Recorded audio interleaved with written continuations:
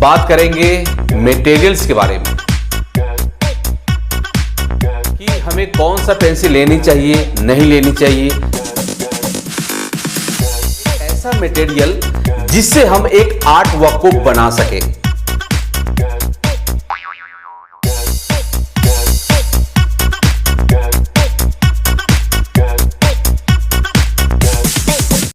Hi friends, कैसे हैं आप लोग। उम्मीद करता हूं कि आप सभी बेहद अच्छे होंगे। फ्रेंड्स, जो लोग मुझे नहीं जानते, मैं उनको अपना परिचय देना चाहूंगा। मेरा नाम विनोद कुमार, लोग मुझे भीके सर के नाम से भी जानते हैं और एज एन आर्ट टीचर मैं पिछले कई सालों से आर्ट टीचर के रूप में काम कर रहा हूं। फ्रेंड्स, एक व्हाट्सएप नंबर स्क्रीन पर आ रहा होगा। आप किसी भी तरह का क्वेश्चन है, आप हमें इस व्हाट्सएप पे डायरेक्ट भेज सकते हैं और मैं आपके हर प्रश्नों का, हर क्वेश्चन का आंसर दूंगा।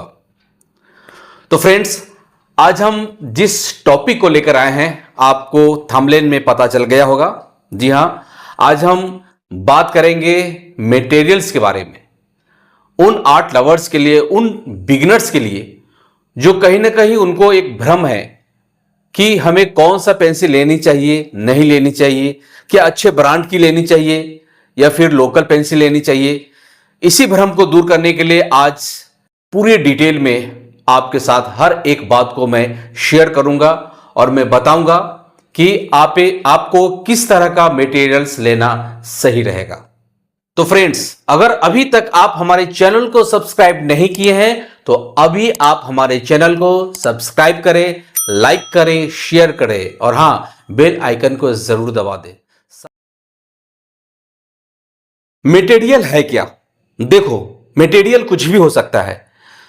पेंसिल हो सकता है, चारकोल पेंसिल हो सकता है, कोयले का एक टुकड़ा हो सकता है, पत्थर रगड़ रहे हैं वो भी मटेरियल हो सकता है।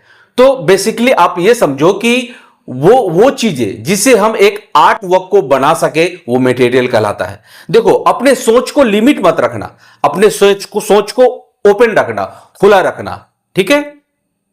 क्या आप जानते हैं, वर्ल्ड फेमस आर्टिस्ट अपनी पेंटिंग्स को बनाने के लिए वो आग की लपटें, मोमबत्ती की लौ या मशाल का प्रयोग करते थे।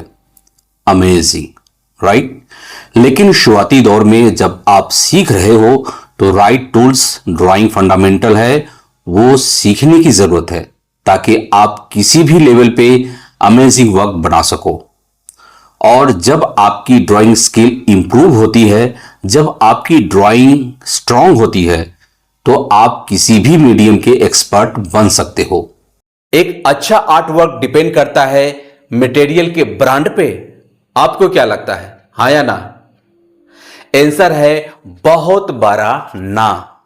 केली फॉन्सम इंटरनेशनल आर्टिस्ट है जो कहती है, don't over compensate with equipment. अपनी जो भी कमियां हैं उसे अपनी मटेरियल से ढकने की कोशिश न करें। आपके पास जो भी चीजें हैं, स्टार्ट स्मॉल। जो भी अभी आपके पास है उसे आप स्टार्ट करें सीखना और धीरे धीरे आपको खुद समझ आएगा कि वो कौन सा मटेरियल है, कौन सा वो चीजें हैं जो आपके लिए बेस्ट है। और जब आप रेगुलरली काम करोगे तब आप डिफरेंट समझ पाओगे कि कौन सा आपके लिए बेस्ट है। Start small and choose what works for you. मान लो कि किसी को आर्मी में जाना है, अगर उसे निशाना लगाने नहीं आता है तो क्या एक अच्छे ब्रांड के बंदूक से निशाना लगाने से क्या वो सही निशाना लगेगा? आपको क्या लगता है? आंसर है बहुत बड़ा ना। क्योंकि सबसे पहले उसको निशाने पर काम करना होगा। भले ही अगर एक पत्थर का टुकड़ा से भी अगर वो निशाना लगा रहा है और सही निशाना लगा रहा है और उसे निशाने लगाना आता है, तो तब बारी आती है बंदूक को समझने का। तो बंदूक को लेकर समझेगा कि ये चलाते कैसे हैं, इसको पकड़ते कैसे हैं। अगर इस चीज को समझ लेगा तो वो बंदूक चला सकता है, क्योंकि उसे निशाना लगाने आता है। बस उसको बंदूक चलाते कैसे इसको समझना है। लेकिन आज के आर्ट लवर्स बिल्कुल यही गलती करते हैं। वो मटेरियल के ब्रांड के पीछे भागते हैं। दरअसल ब्रांड का कोई रोल ही नहीं है, ब्रांड बहुत बाद में आता है।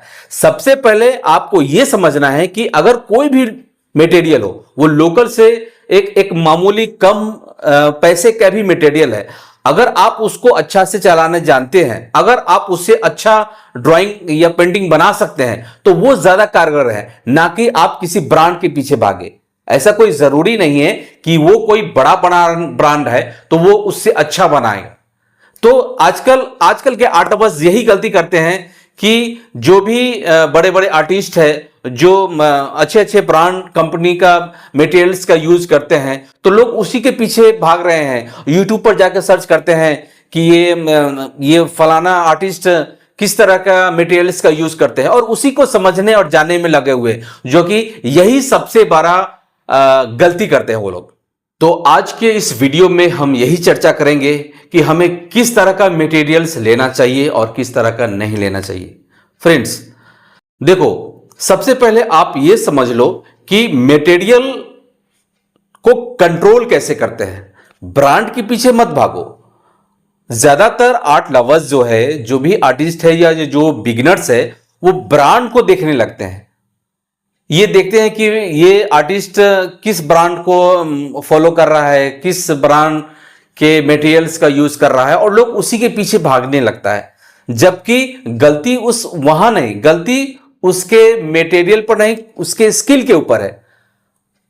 आप किसी भी अच्छे आर्टिस्ट को, जिसे मैं जानता हूं, भले ही वो अच्छे ब्रांड के मटेरियल्स का यूज कर रहा हो, लेकिन क्या वो शुरू से, बिगिनर से, जब वो सीख रहे थे या जब वो प्रैक्टिस कर रहे थे, उस समय वो एक बेसिक मटेरियल्स का यूज करते थे, एक लोकल मटेरियल्स का यूज करते थे, क्योंकि उस समय उनको सीखना जरूरी था, अपने स्किल को डेवलप करना जरूरी था, ना कि ब्रांड के पीछे। ब्रांड बाद में आता है।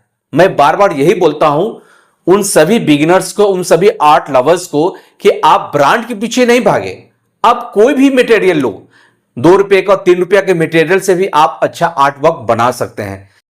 लेकिन जब आप स्किल डेवलप कर रहे हैं, जब आप कुछ सीख रहे हैं, तो मटेरियल आप कोई भी ले लो, बस आपको यह समझना है कि वो मटेरियल को चलाते कैसे है, वो कितना स्मूथ चलता है, उसको समझना है कि उसके शेड्स कैसे होते हैं। बस इसी पर मैं पूरे वीडियो में आज चर्चा करूंगा। और चलिए देखते हैं और बताते हैं आपको कि हमें कौन सा मटेरियल लेना चाहिए, कौन नहीं लेना चाहिए। तो शुरुआत करते हैं पेंसिल से। पेंसिल के बारे में बताता हूं कि सबसे पहले आपको जानना क्या है।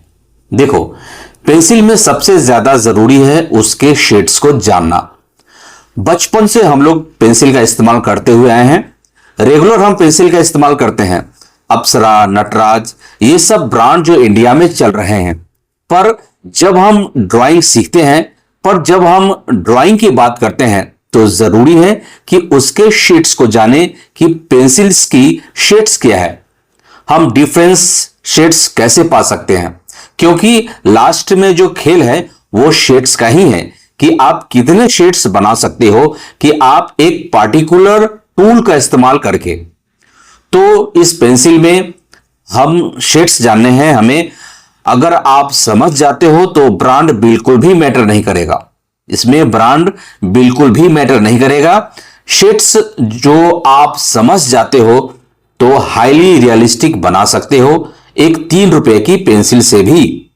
तो HB, 2B जो चीजें हम पेंसिल में देखते हैं, जब हम ड्राइंग सीखते हैं तो पेंसिल्स में ये सब चीजें लिखी होती है, या ये नंबर जो लिखी होती है, तो H दिखाता है कि वो पेंसिल कितनी हार्ड है, और B दिखाता है वो पेंसिल कितनी डार्क है। तो B से अगर आप लोगों को नहीं पता तो B से ब्लैकनेस दिखाते हैं, इसीलिए उसमें B लिखा होता है। H से हार्डनेस जो पेंसिल में हम देखते हैं, और B से डार्क कितनी चलेगी ये हमें पता चलता है। तो 2H, 3H, 4H, 5H, 6H H में आते हैं। उसी तरह B में 2B, 3B, 4B, 5B, 6B ऐसे करके नंबर्स बढ़ते जाते हैं।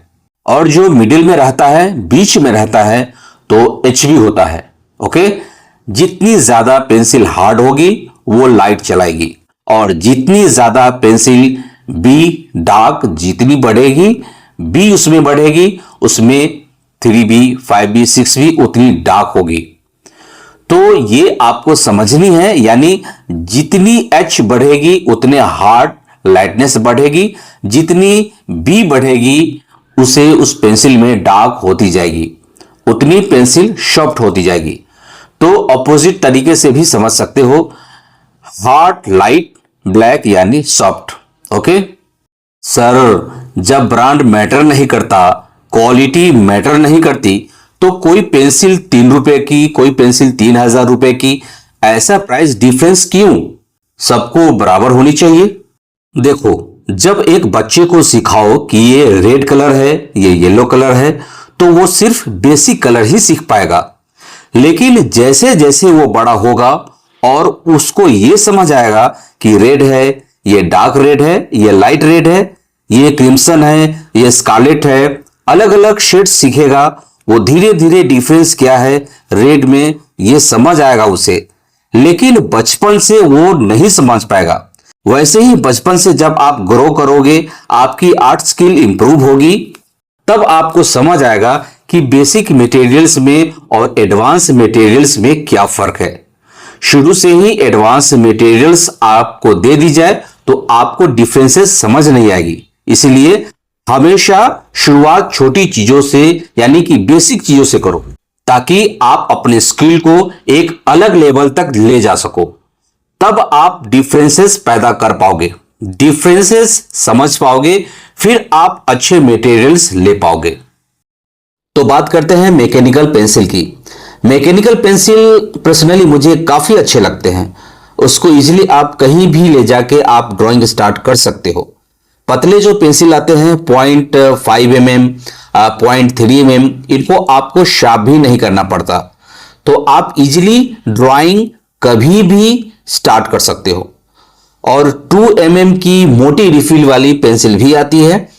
तो अलग अलग साइज के पेंसिल आते हैं, आपको जिस साइज में वर्क करना है या फिर आपको डिफरेंट साइजेस चाहिए तो आप डिफरेंट साइजेस का भी ले सकते हो। जो भी आप पेंसिल लोगे उसके अकॉर्डिंग उसके रिफिल आते हैं। 2 mm पेंसिल के साथ 2 mm की रिफिल आएगी, 0.5 mm के साथ 0.5 mm की रिफिल आएगी, और जो आप पेंसिल लोगे वो उसी में फिट होगी, दूसरे में फिट नहीं होगी। और इस रिफिल में भी शेड्स आते हैं। 2 mm के रिफिल में भी 2B 3B 6B के अलग अलग शेड्स आते हैं, तो अलग अलग शेड्स का भी ले सकते हो और जब चाहो इस्तेमाल कर सकते हो। 2 mm वाली रिफिल, 2 mm वाली पेंसिल को रिफिल मोटी होती है, आप थोड़ा ज्यादा प्रेशर लगाओ तो वो जल्दी नहीं टूटती। बट 0.5 mm 0.3 mm की जो पेंसिल होगी वो काफी पतली होती है, नाजुक होती है, वो थोड़ा धीरे काम करना पड़ता है और डिटेल्स के लिए काफी अच्छी होती है। Charcoal is a awesome medium. Charcoal के अलग अलग तरह के शेड्स आते हैं, जैसा कि आपको पता होगा कि ब्लैक नॉर्मल है, सेंग्यून शेड्स भी आते हैं। सेंग्यून में भी सेंग्यून ब्राउनिश शेड्स होते हैं, इसमें भी डार्क लाइट शेड्स आते हैं, और व्हाइट चारकोल भी आता है। व्हाइट चारकोल को हम इस्तेमाल करते हैं टोन्ड पेपर में। पेपर जब टोन्ड हो, किसी डिफरेंट शेड्स का हो या फिर ब्लैक हो, तो हमारा व्हाइट चारकोल बहुत काम आता है। चारकोल 3 लेवल में आते हैं, हार्ड, मीडियम, सॉफ्ट। इस पेंसिल का लीड चारकोल से बनी होती है, इसके शेड्स गाढ़े काले रंग के होते हैं। इरेजर के बारे में कुछ बेसिक जान लेते हैं। अलग अलग टाइप के इरेजर आते हैं, regular eraser, needed eraser, electric eraser, pencil eraser. ये कुछ बेसिक इरेजर है जो अलग अलग टाइम पे अलग अलग चीजों के लिए इस्तेमाल होंगे। रेगुलर इरेजर तो आप इस्तेमाल करते ही होंगे, ऑब्वियसली जो आप शुरू से इस्तेमाल करते हैं वो तो आपके पास रहेगा ही। नीडेड इरेजर काफी अच्छा टूल है। ये सिर्फ मिटाने के लिए नहीं, बल्कि जब आपको कोई चीजें लाइट करनी हो, जब आपको वैल्यू को फ्लैट करना हो, ये नीडेड इरेजर बहुत काम का है। ये शुरू में आपके पास होना ही चाहिए। आप इसको किसी भी शेप में ढाल सकते हो और इससे डस्ट भी नहीं निकलता। नीडेड इरेजर से ना डस्ट नहीं निकलता है। और पेंसिल इरेजर है ना, इससे आप डिटेल एरिया में वर्क कर सकते हो। इस इरेजर को बनाने के लिए सिंथेटिक रबड़ या विनाइल का इस्तेमाल किया जाता है। इलेक्ट्रिक इरेजर का आविष्कार एल्बर्ट डे ड्रेमेल ने किया था। इलेक्ट्रिक इरेजर, उससे आप पेंसिल कलर जो होते हैं या डार्क शेड जो हो जाते हैं तो वो सब भी मिटाने में काम आते हैं। जो एरिया नॉर्मल इरेजर या बाकी इरेजर नहीं मिटा सकते वो इलेक्ट्रिक इरेजर आसानी से मिटा देते हैं। इसमें 2 बैटरीज भी लगती है और ये काफी इजी कर देता है आपके वर्क को। वैसे तो इतने सारे ब्लेंडिंग टूल्स आते हैं जिसका इस्तेमाल करके आप अपने शेड्स को स्मूथ कर सकते हो, ब्लेंड कर सकते हो, लेकिन आपको इतनी सारी चीजें लेने की जरूरत नहीं है। मैं आपको कुछ बेसिक चीजें बताता हूं जिसको इस्तेमाल करके आप सभी तरह के वर्क को कर सकते हो। So don't worry, don't take stress. ये कुछ बेसिक चीजें हैं। ब्लेंडिंग स्टम्प्स, आर्ट ब्रश या makeup brush, soft tissue. Okay, tissue soft होनी चाहिए तभी आप उससे अच्छे से स्मूथ ब्लेंडिंग कर पाओगे, क्योंकि टिश्यू अलग अलग टाइप के होते हैं, इसलिए टिश्यू आपको सॉफ्ट वाले ही लेने हैं। ब्लेंडिंग स्टम्प का मैं इस्तेमाल करता हूं ज्यादातर। अगर आप ब्रश का इस्तेमाल कर रहे हो तो वो काफी सॉफ्ट होनी चाहिए। आप मेकअप ब्रश या आर्ट का ब्रश लो, उसके बाल जो है ना वो बिल्कुल सॉफ्ट होनी चाहिए। और ऑब्वियसली हमारा जो हथियार है, हमारा फिंगर्स, इसका भी इस्तेमाल हम कर सकते हैं कभी कभी। मुझसे कई सारे स्टूडेंट्स पूछते हैं कि सर ये पेपर अच्छा काम नहीं कर रहा है, इस पे बढ़िया सा वर्क नहीं होता है, इस पे अच्छा ड्राइंग नहीं बनता है। तो मैं बता दूं कि दरअसल फॉल्ट उस पेपर में नहीं, उसके स्किल के ऊपर है। और वो स्किल के ऊपर काम नहीं करते हैं, बस अपना सारा दोष मटेरियल के ऊपर ढक देते हैं और अपना स्किल को डेवलप नहीं करके, अपने आई को ट्रेन नहीं करके, इसी तरह के कभी मटेरियल में पेंसिल के ऊपर, कभी कलर्स के ऊपर, तो कभी पेपर के ऊपर इस सारा दोष मढ़ते रहते हैं, लेकिन वो स्किल के ऊपर काम नहीं करते। तो मैं आपको बता दूं कि सबसे पहले आपको स्किल को डेवलप करना पड़ेगा। अपना कोई भी दोष बाकी मटेरियल्स के ऊपर मत थोपिए, क्योंकि जब तक आप अपने आई को ट्रेन नहीं करेंगे, अपने स्किल को डेवलप नहीं करेंगे, तब तक आपका इस तरह का भ्रम बना रहेगा। तो हम इस वीडियो में हर एक चीजों को मैं डिटेल में बताऊंगा। तो चलिए आगे बताता हूं। जैसा कि आपको पता है, स्केच बुक पेपर जो आते हैं वो अलग अलग शेड्स के, अलग अलग साइज के आते हैं। लेकिन 2 चीजें हैं जो अक्सर आपको कंफ्यूज करती है। वो पहली चीज है जीएसएम, कि जीएसएम क्या होता है। जीएसएम का मतलब होता है ग्राम्स पर स्क्वायर मीटर। जितना ज्यादा जीएसएम उतना ज्यादा पेपर भारी, उतना ज्यादा मोटा। ओके, तो जितना मोटा पेपर होगा, जितना भारी पेपर होगा, उतने लेयर्स दे पाओगे, उतना लेयर के ऊपर लेयर्स दे पाओगे। अगर आप वाटर कलर करना चाह रहे हो, कोई पेंटिंग करना चाह रहे हो, तो भारी पेपर और भारी पेपर चाहिए। ठीक है, यानी जितना आपको हेवी चीजें चाहिए उतना हेवी पेपर चाहिए। सेकेंड चीज जो कंफ्यूज करती है वो है टेक्सचर। टेक्सचर जब हम सुनते हैं, इवोरी पेपर जब हम सुनते हैं कार्टिज पेपर, ये सब कुछ हम सुनकर कंफ्यूज होते हैं। बट आपको नाम सुनकर कंफ्यूज नहीं होना है। आपको बस देखना है कि पेपर का टेक्सचर कैसी है।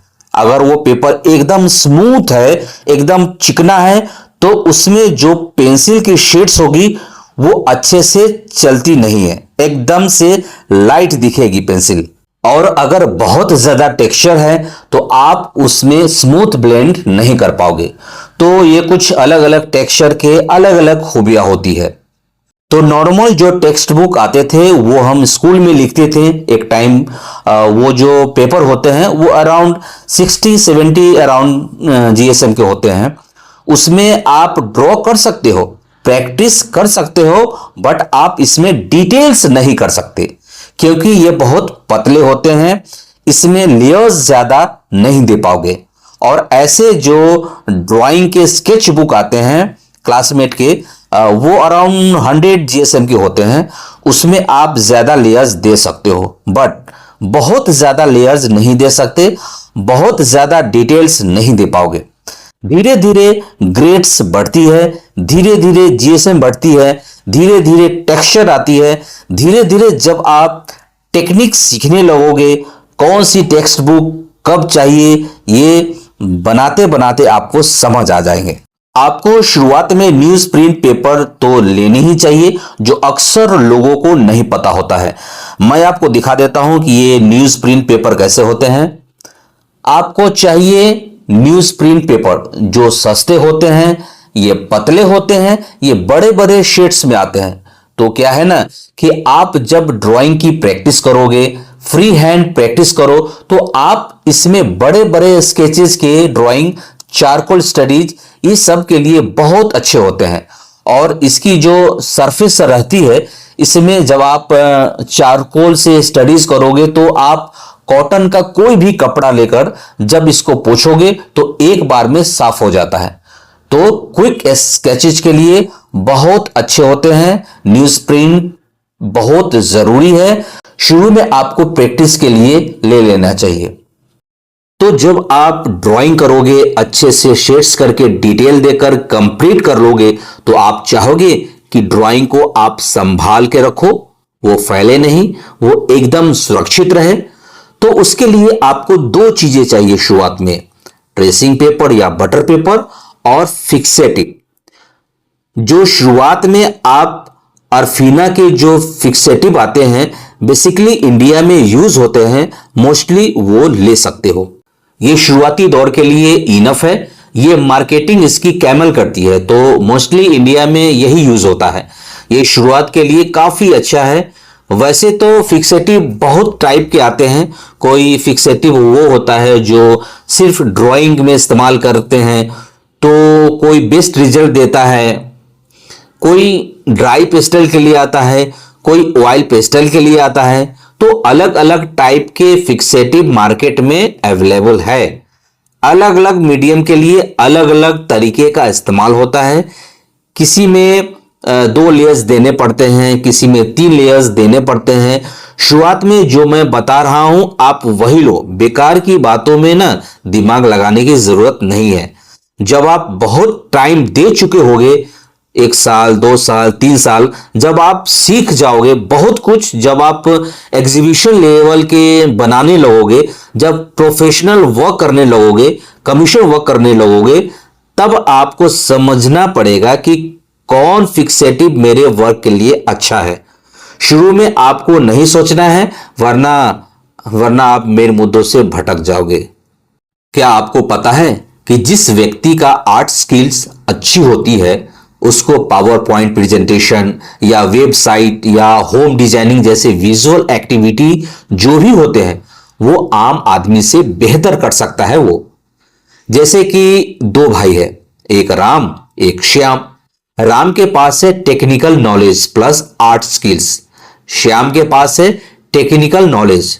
तो इन दोनों में राम श्याम से आगे निकल जाएगा और वो ज्यादा खूबसूरत डिजाइन बना सकता है, होम डिजाइनिंग को अच्छा कर सकता है। Power point presentation, technical knowledge दोनों की है, बट राम के पास आर्ट की स्किल भी है, तो वो और बेहतर तरीके से, क्रिएटिव तरीके से और ज्यादा अट्रैक्टिव तरीके से कर सकता है।